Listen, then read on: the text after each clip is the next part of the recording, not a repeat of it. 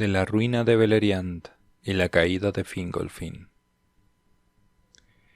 Ahora bien, Fingolfin, rey del norte y rey supremo de los Noldor, al ver que su pueblo se había hecho numeroso y fuerte, y que los hombres aliados suyos eran muchos y valerosos, pensó una vez más en atacar Angband, porque sabía que vivían en peligro mientras no completaran el círculo del sitio. Y Morgoth pudiera trabajar libremente en las minas profundas, inventando males que nadie era capaz de adivinar antes de que él los revelara. Este propósito era pertinente de acuerdo con lo que él sabía, porque los Noldor no comprendían todavía la fuerza del poder de Morgoth, ni entendían que si libraban solos una guerra contra él, no había la menor esperanza de triunfo, fuera que la apresuraran o la demoraran. Pero porque la tierra era hermosa y sus reinos vastos, la mayor parte de los Noldor estaban satisfechos con las cosas tal como eran, confiando en que durarían, y retrasaban un ataque en el que sin duda morirían muchos, fuera en la victoria o en la derrota. Por tanto, estaban poco dispuestos a escuchar a Fingolfin y a los hijos de Fëanor, por aquel tiempo menos que nadie. Entre los jefes de los Noldor, solo Angrod y Agenor pensaban como el rey, porque vivían en regiones desde donde podía verse Tangorodrim, y nunca olvidaban la amenaza de Morgoth. De este modo, los planes de Fingolfin no llegaron a nada, y la tierra aún tuvo paz por un tiempo. Pero cuando la sexta generación de hombres después de Beor y Marach no había alcanzado aún la plenitud de la madurez, habiendo transcurrido por entonces 455 años desde la llegada de Fingolfin, sucedió el mal que por tanto tiempo habían temido, pero más terrible y repentino todavía que en sus miedos más oscuros. Porque Morgoth había preparado su fuerza en secreto y durante largo tiempo, mientras la malicia de su corazón no dejaba de aumentar y su odio por los Noldor se hacía más amargo, y deseaba no sólo acabar con sus enemigos, sino también destruir y mancillar las tierras que habían tomado y embellecido.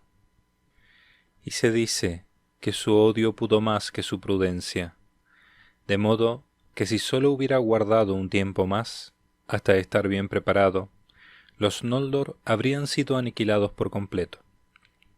Pero tomó demasiado a la ligera el valor de los elfos, y a los hombres no daba todavía ninguna importancia. Llegó el tiempo del invierno, cuando la noche era oscura y sin luna, y la amplia llanura de Argalen se extendía en la sombra bajo las frías estrellas, desde los fuertes en las colinas de los Noldor hasta el pie de Tangorodrim.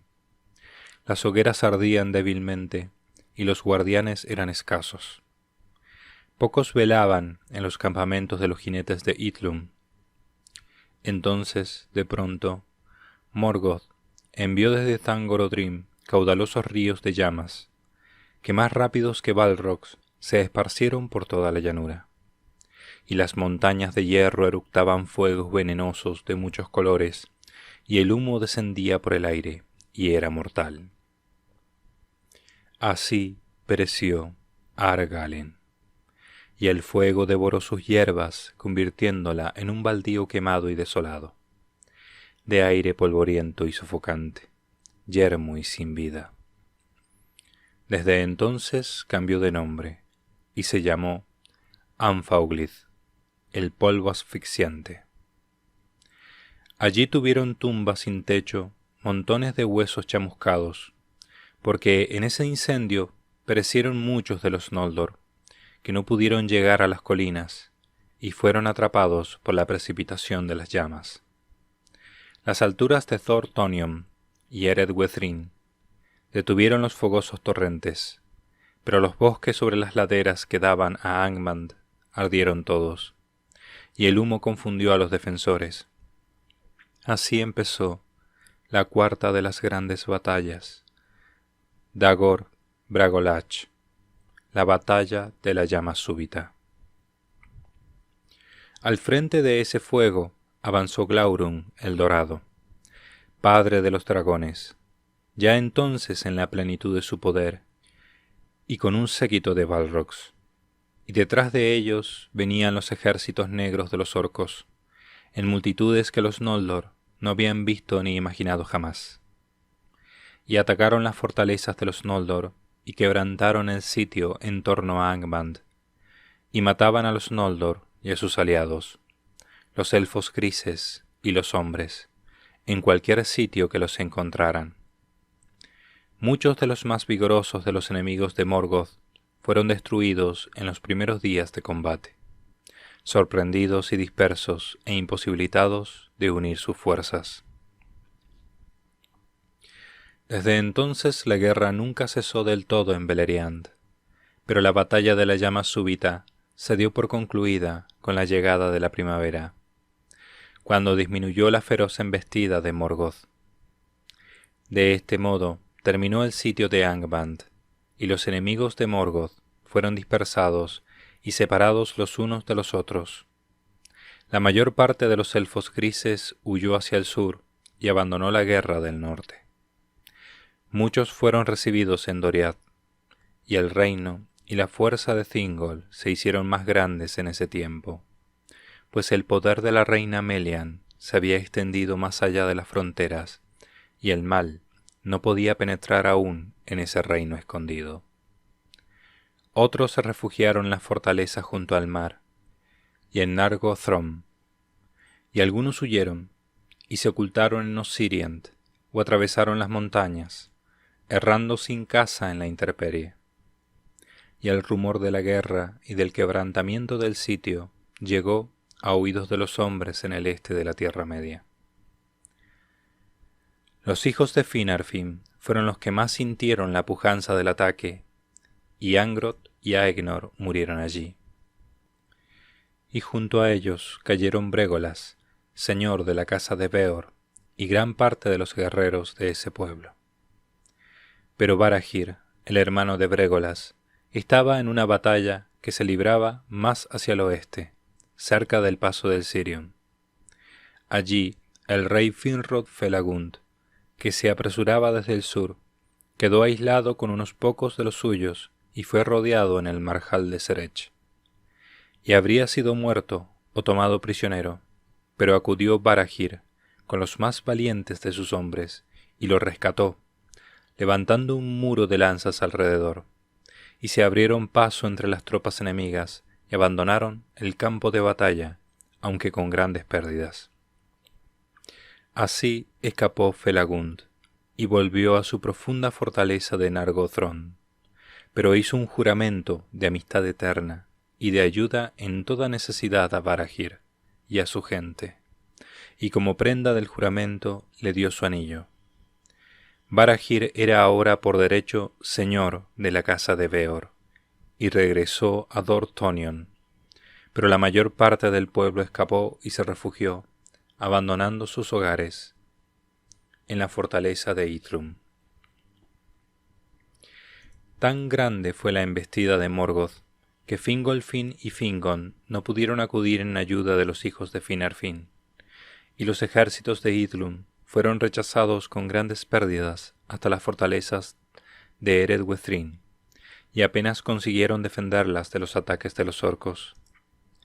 Ante los muros de Eithel Sirion cayó Hador, el de cabellos dorados, en la defensa de la retaguardia del señor Fingolfin, a la edad de 66 años, y con él cayó Gundor, su hijo menor, atravesado por muchas flechas, y fueron llorados por los elfos.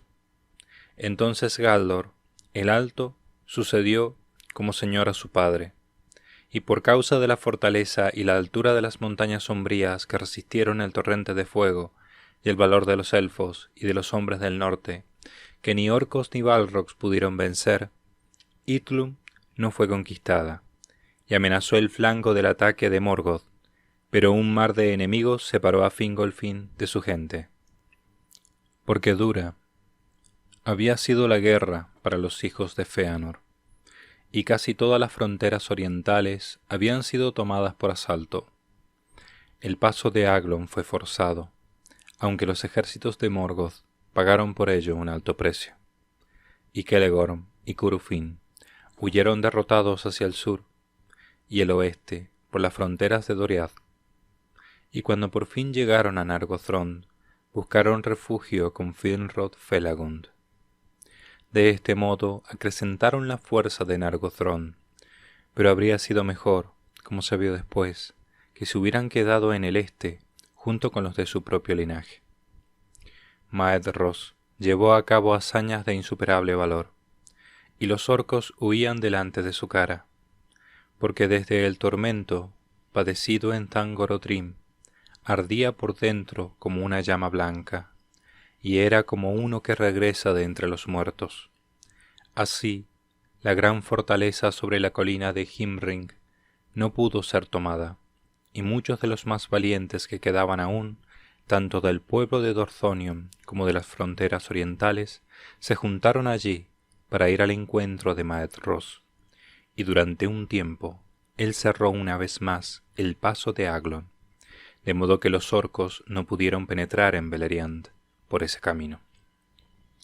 Pero abrumaron a los jinetes del pueblo de Feanor en Lothland, pues hacia allí marchó Glaurung, y pasó por la hondonada de Maglor, y destruyó todas las tierras entre los brazos del Helion, y los orcos tomaron la fortaleza de las laderas occidentales del monte Rarir, y devastaron toda Zarhelion, la tierra de Carantir, y contaminaron el lago Heleborn.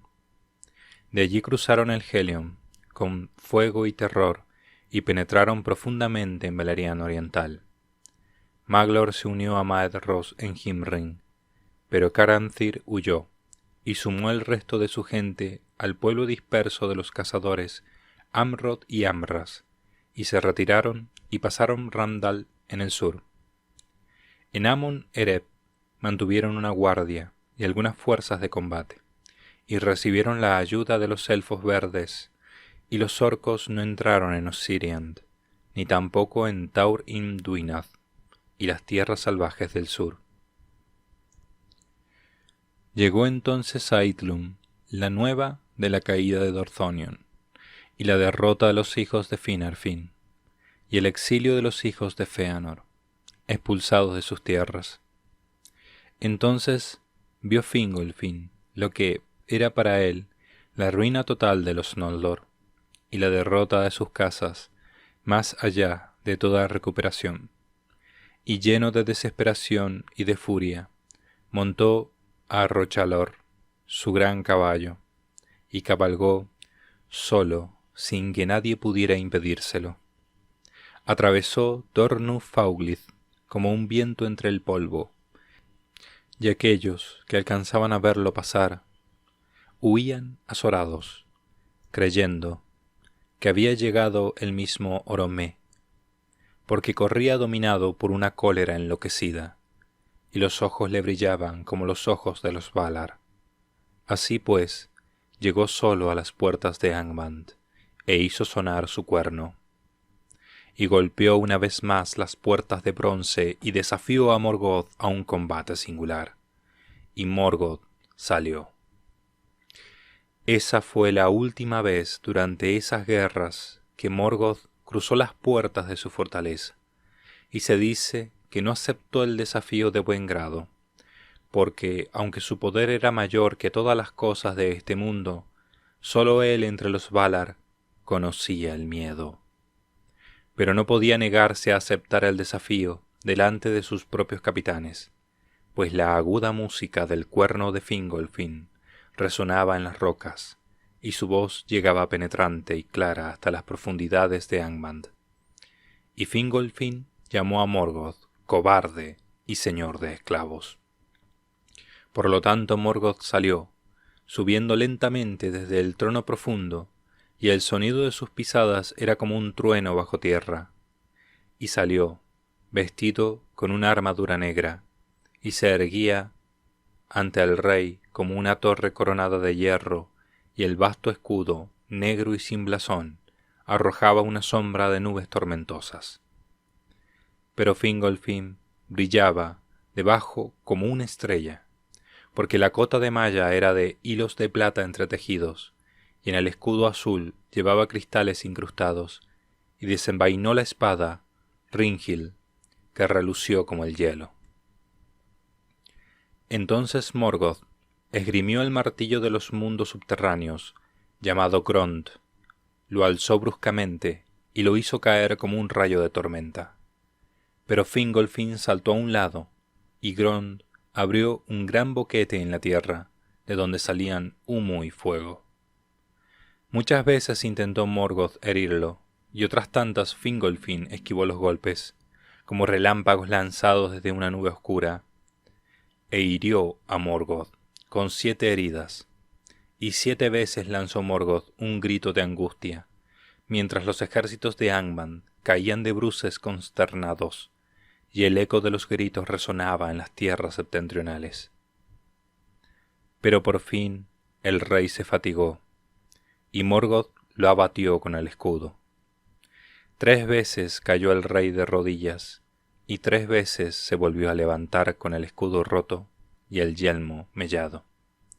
Pero la tierra estaba desgarrada en boquetes todo alrededor, y el rey tropezó y cayó de espaldas ante los pies de Morgoth. Y le puso Morgoth el pie izquierdo sobre el cuello, y el peso era como el de una montaña derrumbada. No obstante, en un último y desesperado intento, Fingolfin golpeó con Ringhild y rebanó el pie, y la sangre manó negra y humeante, y llenó los boquetes abiertos por Grond.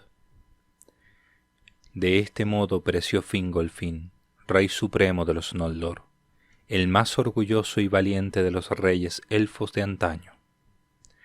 Los orcos no se jactaron de ese duelo ante las puertas, ni tampoco lo cantan los elfos, pues tienen una pena demasiado profunda.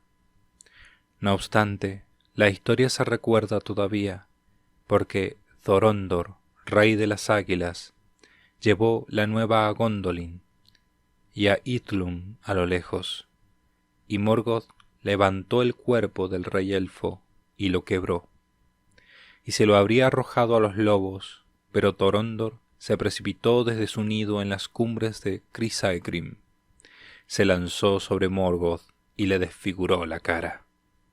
La embestida de las alas de Thorondor era como el ruido de los vientos de Manwë, y aferró el cuerpo con sus garras poderosas, y elevándose de súbito por sobre los dardos de los orcos, se llevó al rey consigo, y lo puso sobre la cima de una montaña que daba desde el norte sobre el valle escondido de Gondolin.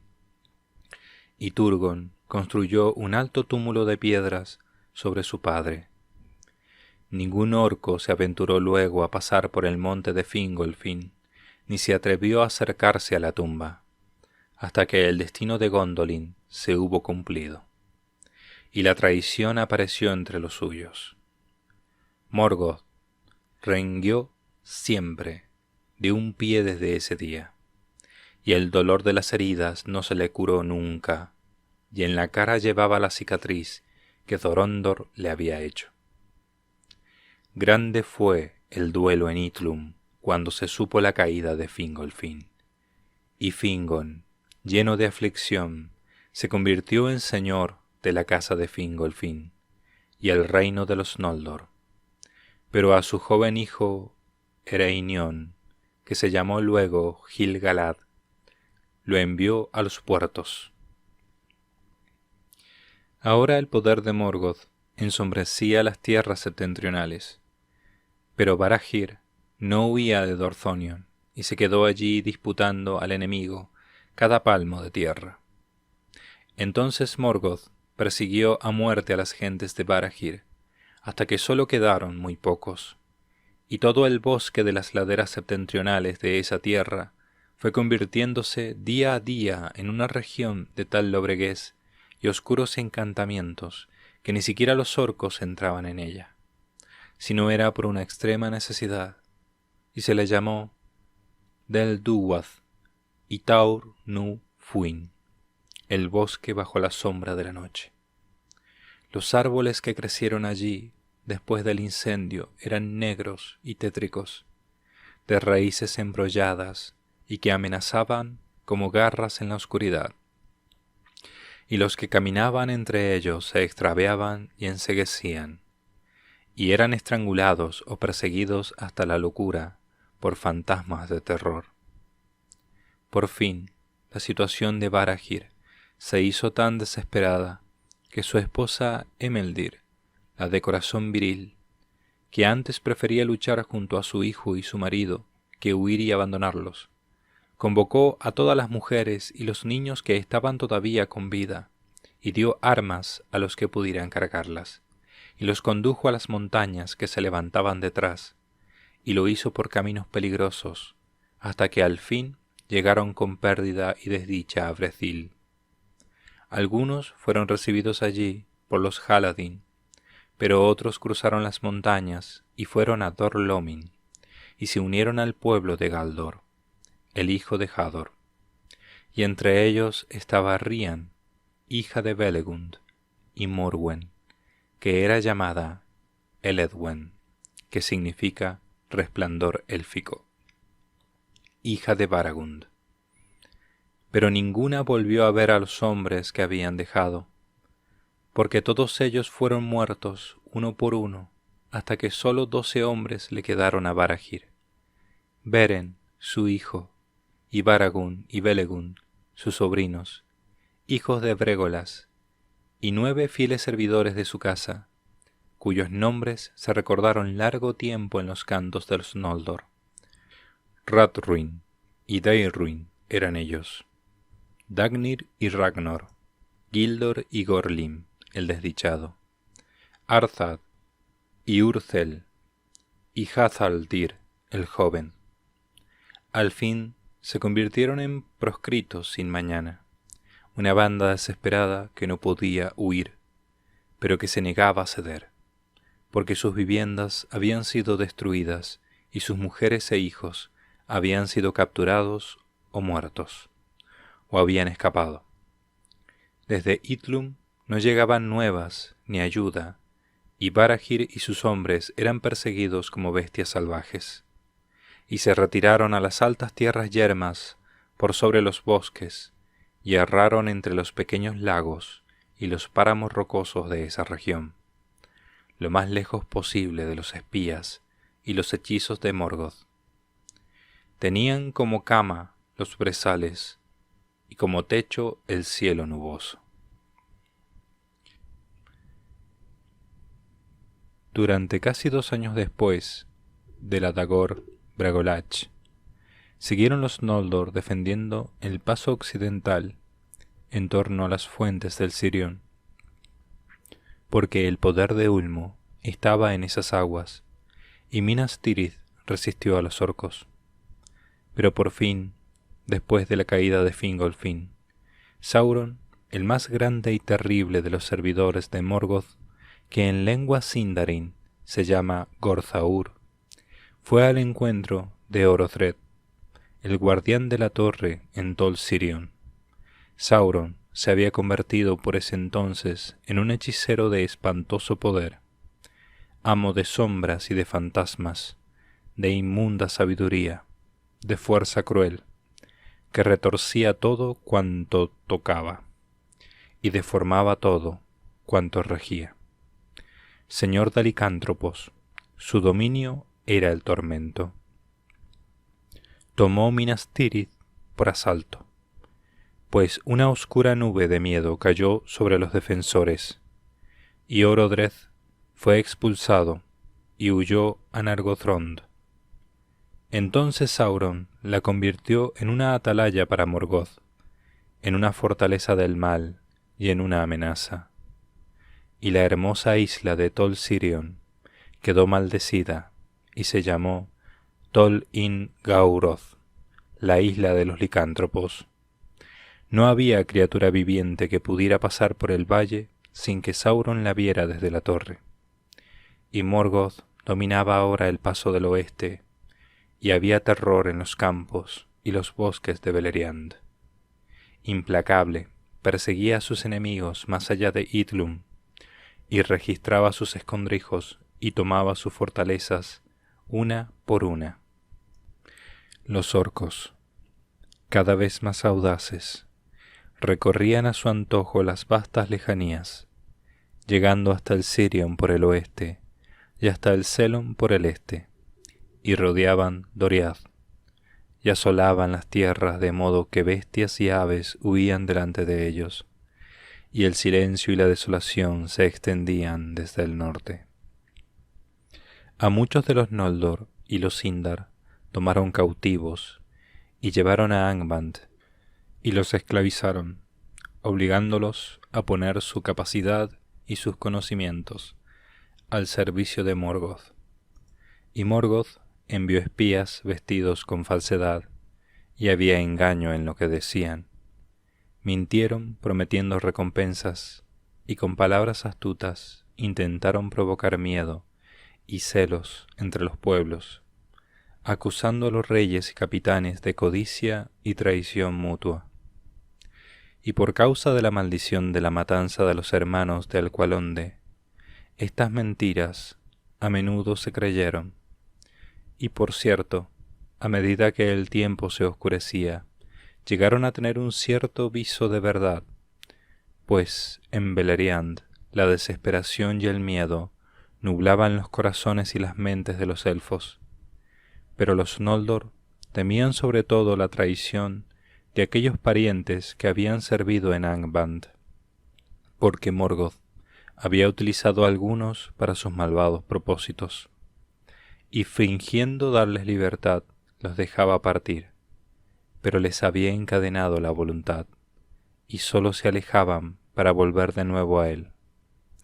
Por lo tanto, cuando alguno de estos cautivos conseguía escapar realmente y volvía con su propio pueblo, no eran bien recibidos, y erraban solos, proscritos y desesperados. De los hombres, Morgoth fingía tener piedad. Si alguien oía sus mensajes y les decía que las aflicciones que habían caído sobre ellos provenían sólo de que estaban sometidos a los rebeldes Noldor, pero que de manos del verdadero Señor de la Tierra Media recibirían en cambio honores, y el valor tendría una justa recompensa. Pero pocos eran los hombres de las tres casas de los Edain que le prestaban oído, ni siquiera cuando se los atormentaba en Angband. Por tanto, Morgoth los persiguió con odio, y envió sus mensajeros por encima de las montañas. Se dice que en este tiempo llegaron por primera vez a Beleriand los hombres cetrinos. Algunos estaban ya sojuzgados por Morgoth en secreto, y acudieron a su llamada, pero no todos, pues los rumores acerca de Beleriand, de sus tierras y sus aguas, de sus guerras y sus riquezas, habían llegado lejos, y los pies errantes de los hombres se dirigían siempre hacia el oeste en aquellos días. Estos hombres eran de escasa talla y corpulentos, de brazos largos y fuertes, de piel cetrina o amarillenta, y de cabellos oscuros al igual que los ojos. Eran de muchas casas, y algunos preferían los enanos de las montañas a los elfos. Pero Maedhros, conociendo la debilidad de los Noldor y de los Edain, mientras que los abismos de Angband parecían inagotables, colmados siempre de pertrechos renovados, celebró una alianza con estos hombres recién venidos, y dio su amistad a los más grandes de los caciques, Bor y Ulfang. Y Morgoth se sintió complacido, pues esto era lo que había planeado. Los hijos de Bor, Borlat, Borlach y Borthand, siguieron a Maedhros y a Maglor, y frustraron las esperanzas de Morgoth, y permanecieron fieles. Los hijos de Ulfang el Negro, Ulfath y Ulward y Uldor el Maldecido, siguieron a Caranthir y juraron mantener una alianza con él, pero no fueron leales. No había mucha amistad entre los Edain y los orientales, y se reunían rara vez, porque los recién llegados moraron por largo tiempo en Beleriand Oriental, y el pueblo de Hador estaba encerrado en Itlum, y poco quedaba de la casa de Beor.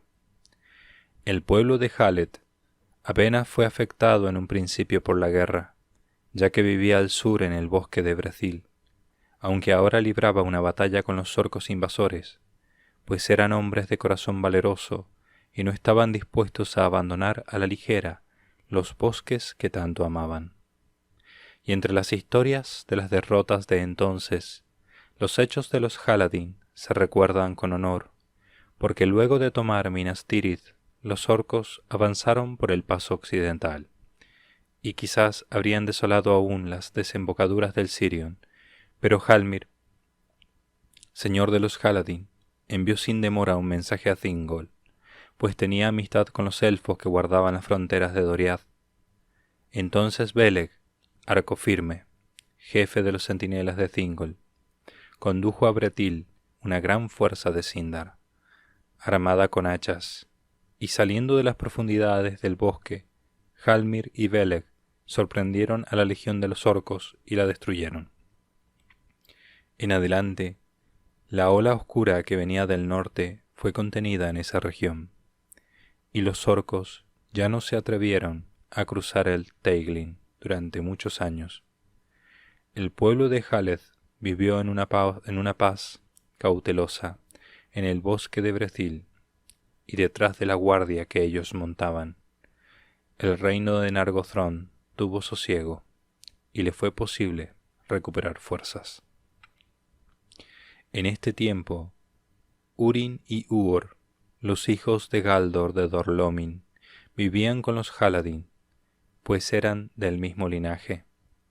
En los días anteriores a la Dagor Bragolach, estas dos casas de los Edain celebraron juntas una gran fiesta, cuando Galdor y Gloredel, hijos de Hador, cabeza de oro, se casaron con Jareth y Haldir, hijos de Halmir, señor de los Haladin.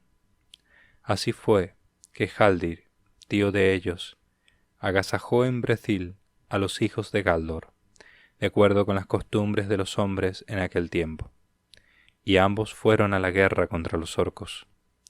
Aún Uor, pues no fue posible impedírselo, aunque sólo tenía 13 años, pero eran parte de una compañía que fue separada del resto, y fueron perseguidos hasta el vado de Britiach, y allí habrían caído prisioneros o habrían muerto si no hubiera intervenido el poder de Ulmo, que era aún fuerte en el Sirion. Una niebla se levantó del río y los ocultó de sus enemigos, y escaparon por Britiach a Dimbar, y erraron entre las colinas bajo los muros escarpados de las Crisaegrim, hasta que los confundieron los engaños de la tierra, y ya no distinguieron el camino que iba del que venía. Allí los vio Torondor, y envió a 2 de las águilas en su ayuda, y las águilas los cargaron, y los llevaron más allá de las montañas circundantes, al valle secreto de Tumladen, y la ciudad escondida de Gondolin, que ningún hombre había visto todavía. Allí Turgon, el rey, les dio la bienvenida, cuando supo de qué linaje eran, porque mensajes y sueños le habían llegado por el Sirion desde el mar, enviados por Ulmo, señor de las aguas, advirtiéndole sobre penas futuras y aconsejándole tratar con bondad a los hijos de la casa de Hador, quienes lo ayudarían en momentos de necesidad. Urin y Uor vivieron como huéspedes en la casa del rey casi por 1 año, y se dice que en este tiempo Urin aprendió mucho de la ciencia de los elfos y algo entendió también de los juicios y los propósitos del rey, porque Turgon llegó a tener afecto a los hijos de Galdor y conversaban mucho juntos, y en verdad deseaba retenerlos en Gondolin por amor a ellos, y no sólo por la ley que exigía que ningún forastero fuera este elfo u hombre, que encontrara el camino al reino secreto y viera la ciudad, nunca pudiera volver a irse, en tanto el rey no abriera el cerco y el pueblo oculto saliera. Pero Húrin y Huor deseaban regresar, compartir con su pueblo guerras y dolores. Y Húrin le dijo a Turgon: Señor, solo somos hombres mortales, muy distintos de los Eldar. Ellos pueden aguardar muchos años la guerra contra el enemigo, en algún día distante, pero para nosotros la vida es corta, y nuestra esperanza y nuestra fuerza pronto se marchitan. Además, nosotros no encontramos el camino a Gondolin, y no sabemos de cierto dónde está esta ciudad, pues fuimos traídos con miedo y asombro a través de los altos caminos del aire, y por misericordia nos velaron los ojos. Entonces Turgon accedió y dijo: Por el camino que vinisteis tenéis permiso para partir, si Thorondor está dispuesto. Me apena esta separación. Sin embargo, en un corto tiempo, de acuerdo con las cuentas de los Eldar, puede que volvamos a encontrarnos. Pero Maeglin, el hijo de la hermana del rey, que era poderoso en Gondolin, no lamentó para nada que partiesen, aunque les reprochaba el favor del rey, y no sentía amor alguno por el linaje de los hombres, y le dijo a Húrin: La gracia del rey es mayor de lo que sospechas, y la ley se ha vuelto menos severa que antaño. De lo contrario, no tendrías otra opción que vivir aquí hasta el final de tus días. Entonces Húrin le respondió: Grande es en verdad la gracia del rey, pero si nuestra palabra no basta, te haremos a ti un juramento. Y los hermanos juraron no revelar nunca los designios de Turgon, y mantener en secreto todo lo que habían visto en el reino. Entonces se despidieron, y las águilas se los llevaron por la noche, y los depositaron en Dor Lomin, antes del amanecer. Las gentes se regocijaron al verlos, pues los mensajes llegados de Brethil los daban por perdidos. Pero ellos no quisieron revelar ni siquiera al padre dónde habían estado, salvo que habían sido rescatados en el páramo por las águilas, que los habían transportado de vuelta. Pero Galdor preguntó: ¿Habéis vivido un año entonces a la intemperie? ¿Acaso las águilas os albergaron en sus nidos? Pero encontrasteis alimento y vestidos hermosos, y volvéis como jóvenes príncipes, no como abandonados en el bosque.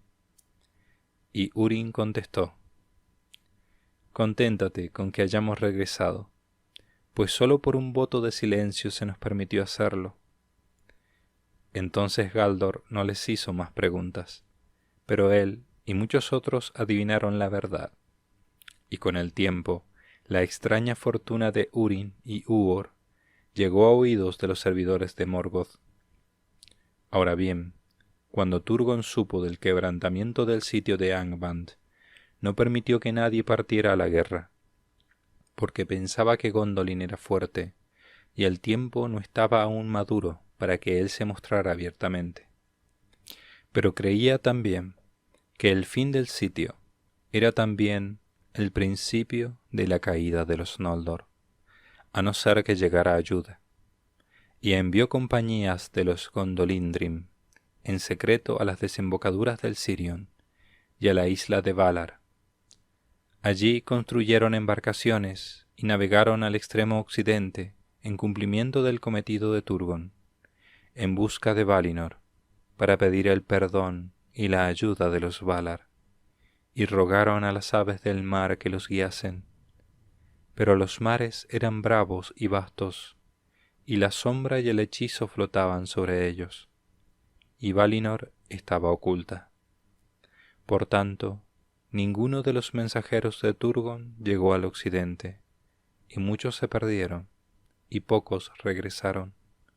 Pero la condenación de Gondolin se aproximaba. Le llegó a Morgoth el rumor de estos hechos, y se sintió inquieto en medio de sus victorias, y deseó sobremanera tener nuevas de Felagund y de Turgon, porque nada se sabía de ellos, y sin embargo no habían muerto, y él temía aún lo que pudieran hacer. De Nargothrond conocía por cierto el nombre, pero no su situación ni su fortaleza, y de Gondolin nada sabía, y sobre todo lo perturbaba pensar en Turgon. Por tanto, envió todavía más espías a Beleriand, pero las principales huestes de los orcos las llamó a Angband, pues advertía que no podía emprender aún una batalla final en tanto no reuniera nuevas fuerzas, y que no había medido con exactitud el valor de los Noldor ni el poder de los brazos de los hombres que luchaban junto a ellos. Aunque grande había sido la victoria en la Bragolach en años anteriores, y lamentable el daño que había hecho a sus enemigos, no menores habían sido sus pérdidas, y aunque tenía en su poder a Dorthonion y el paso del Sirion, los Eldar, que se recuperaban de su primer desconcierto, empezaban a recobrar lo que habían perdido.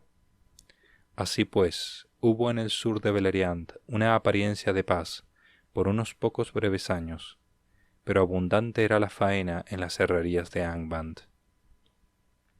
Cuando hubieron pasado 7 años después de la cuarta batalla, Morgoth volvió al ataque, y envió una gran fuerza contra Idlum. Duro fue el ataque contra los pasos de las montañas sombrías, y en el sitio de Eithel Sirion, Galdor el Alto, señor de Dor-lómin, fue muerto por una flecha. Ocupaba esa fortaleza en nombre de Fingon, el Rey Supremo, y en el mismo sitio, y poco tiempo antes, había muerto su padre, Hador Lorindol. Húrin, su hijo, apenas alcanzaba la virilidad en ese entonces, pero era muy fuerte, tanto de mente como de cuerpo, y arrojó a los orcos de Eredwethrin en medio de una gran matanza, y los persiguió por las arenas de Anfauglig. Pero el rey Fingon no le fue fácil retener al ejército de Angband, que descendía desde el norte, y la batalla se libró en las llanuras mismas de Idlum. Allí Fingon fue superado en número, pero los barcos de Círdan navegaban con denuedo por el estuario de Dranghist, y en el momento de necesidad los elfos de las Falas cayeron sobre las huestes de Morgoth desde el oeste. Entonces los orcos cedieron y huyeron, y los Eldar obtuvieron la victoria, y sus arqueros montados los persiguieron aún hasta las montañas de hierro. En adelante, Húrin, hijo de Galdor, gobernó la casa de Hador en Dor-lómin, y sirvió a Fingon. Húrin, de menor talla que sus padres, o que su hijo mayor, era sin embargo infatigable y resistente de cuerpo, ágil y rápido como los del linaje de su madre, Jareth de los Haladin. Tenía como esposa a Morwen Eledwen, hija de Baragund, de la casa de Beor, la que huyó de Dorthonion con Rian, hija de Belegund, y Emeldir, la madre de Beren. En ese tiempo también los proscritos de Dorthonion fueron destruidos, como se cuenta más tarde, y Beren, hijo de Barahir, el único que logró escapar, llegó con mucha dificultad a Doriath,